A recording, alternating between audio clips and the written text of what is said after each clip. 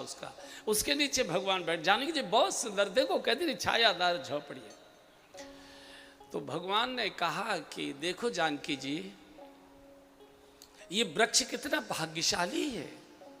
जानकी जी ने पूछा कैसे? बोले कितनी सुंदर लता इसको अपने जीवन में मिली है, जिस लता ने अपने को इसके ऊपर छाकर वृक्षों को कितना छायादार बना दिया।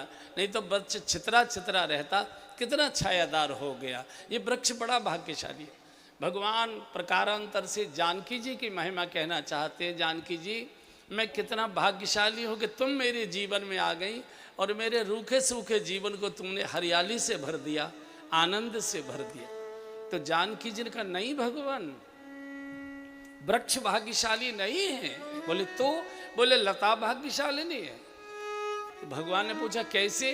बोले भगवान लता इसलिए भाग्यशाली है कि अगर लता को सहारा देकर ऊपर उठाने के लिए ये वृक्ष नहीं मिलता तो लता तो धरती में पड़ी रह गई होती, कोई गाय भैंस आकर कुचल गई होती, खा गई होती। ये तो वृक्ष ने सहारा देकर लता को भी ऊपर उठा लिया। लता भाग्यशाली है। जानकी जी भगवान की प्रशंसा करना चाहती है, भगवान जानकी जी की प्रशंसा करना चाहते। निर्णय नहीं हो रहा है, निर्णय नहीं हो रहा है। कौन भाग्यशाली? भगवान ने लक्ष्मण जी को पुकार लिया, लखन दौड़ कर आओ। हाँ प्रभु, क्या बात है, क्या आज्ञा है? बोले तू काल है और काल हमेशा सत्य निर्णय करता है। काल कभी किसी का पक्षपात नहीं करता, काल हमेशा निष्पक्ष होता है। तू बता, एक झगड़ा हम में और जानकी जी में है, उसका निर्णय कर। क्या झगड़ा है प्रभु?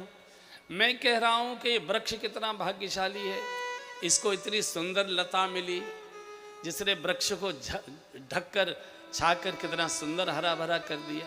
जानकी जी कहती हैं कि लता भाग्यशाली है कि वृक्ष ने सहारा देकर लता को ऊपर उठा दिया। अब तू बता, वृक्ष भाग्यशाली है कि लता भाग्यशाली?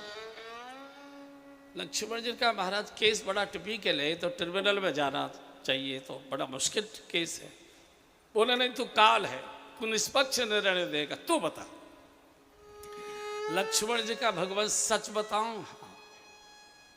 लक्ष्मण जी बोले सरकार सच तो ये है कि न तो ये वृक्ष ही इतना भाग्यशाली है और न ये लता ही इतनी भाग्यशाली नहीं है। तो भगवान ने पूछा फिर भाग्यशाली कौन है?